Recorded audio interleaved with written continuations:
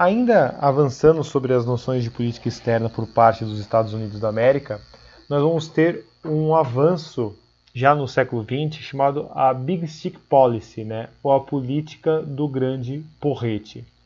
Ela é do início do século XX, especialmente pelo presidente Theodore Roosevelt, e ela pode ser vista como uma espécie de doutrina Monroe 2.0, ou seja, a ideia de que fale manso, mas use um grande porrete caso ninguém te obedeça. Ela representava a noção de que os Estados Unidos deveria atuar na sua área de influência, no caso da América, falando manso, mas caso os países da América não obedecessem, os Estados Unidos deveria aplicar o grande porrete, ou seja, fazer intervenções militares de forma agressiva. Isso vai tornar isso aqui uma charge, isso aqui é o presidente Theodore Roosevelt, ou Big Stick, né, o grande porrete na mão, e ele com seus barquinhos seriam as ilhas do Caribe.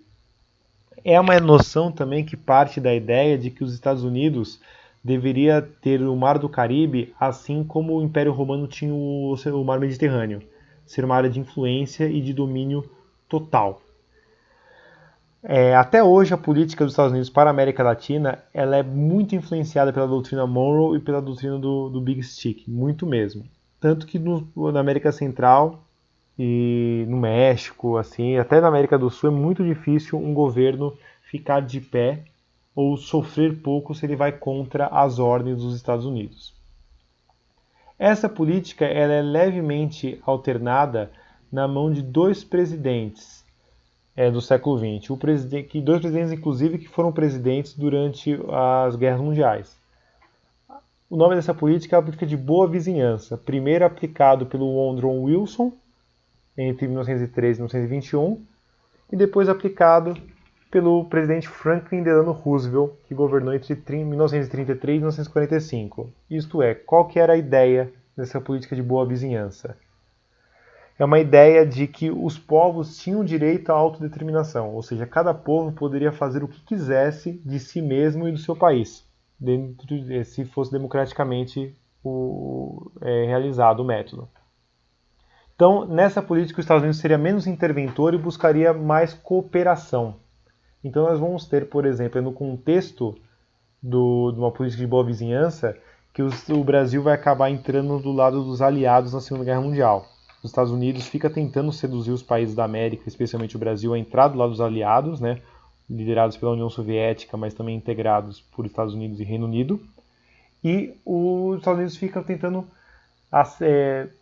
assediar esses países latino-americanos através dessa política de boa vizinhança. Então, nesse contexto, vai ficar famosa, por exemplo, uma cantora muito famosa no Brasil chamada Carmen Miranda. Ela vai fazer filmes em Hollywood.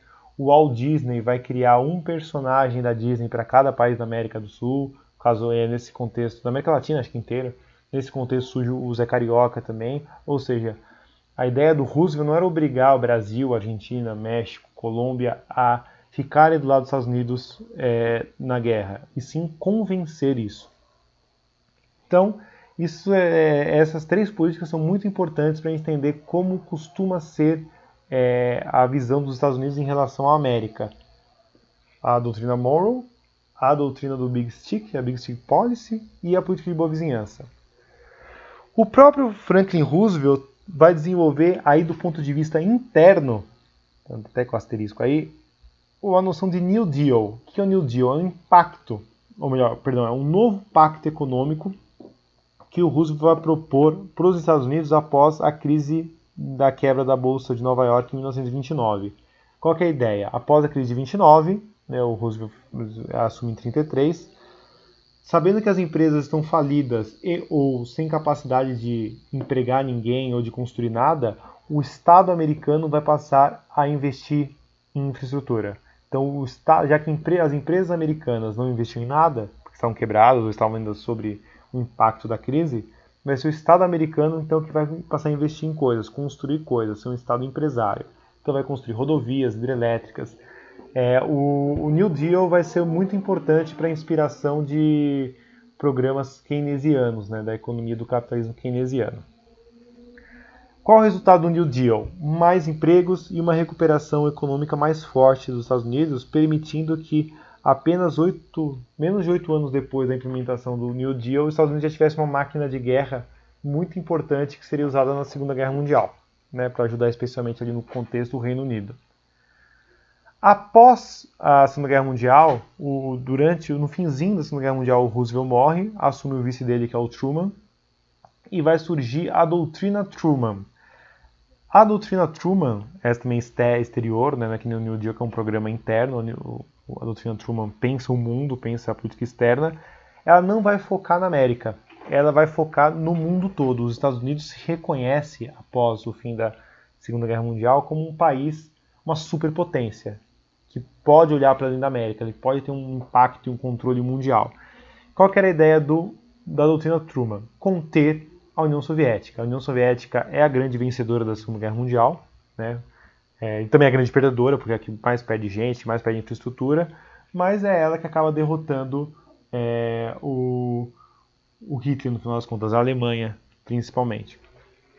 Sabendo desse apelo, dessa vitória arrasadora que a União Soviética teve, os Estados Unidos e os países da Europa Ocidental queriam conter a União Soviética, porque a impressão que dava é que, naquele momento, a União Soviética poderia acabar espalhando o socialismo dela para o mundo todo.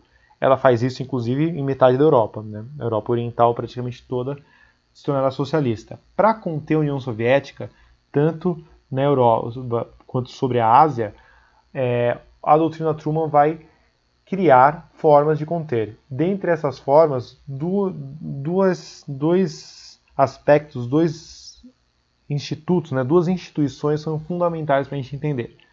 O primeiro é o Plano Marshall, de 47, que era um plano econômico que visava reconstruir a Europa. Qual que era o pano de fundo dessa ideia? Se a Europa devastada pela guerra e todo mundo passando fome miserável, obviamente o pessoal vai sentir-se atraído por uma noção socialista de igualdade de todo mundo, etc, etc. Se todo mundo ficar rico, eles não vão querer ser socialistas. Então, o Plano Marshall vai ajudar a dar muito dinheiro para a Europa para ela se reconstruir rapidamente e assim, entre aspas, se blindar do que eles enxergavam como perigo socialista. Para além disso, também na Europa vai se criar uma aliança militar chamada OTAN, que é a Organização do Tratado do Atlântico Norte, que era a ideia então, de proteger a Europa. Então a gente pode dizer que o Plano Marshall visava a reconstrução da Europa e a OTAN a proteção do ponto de vista militar do continente europeu.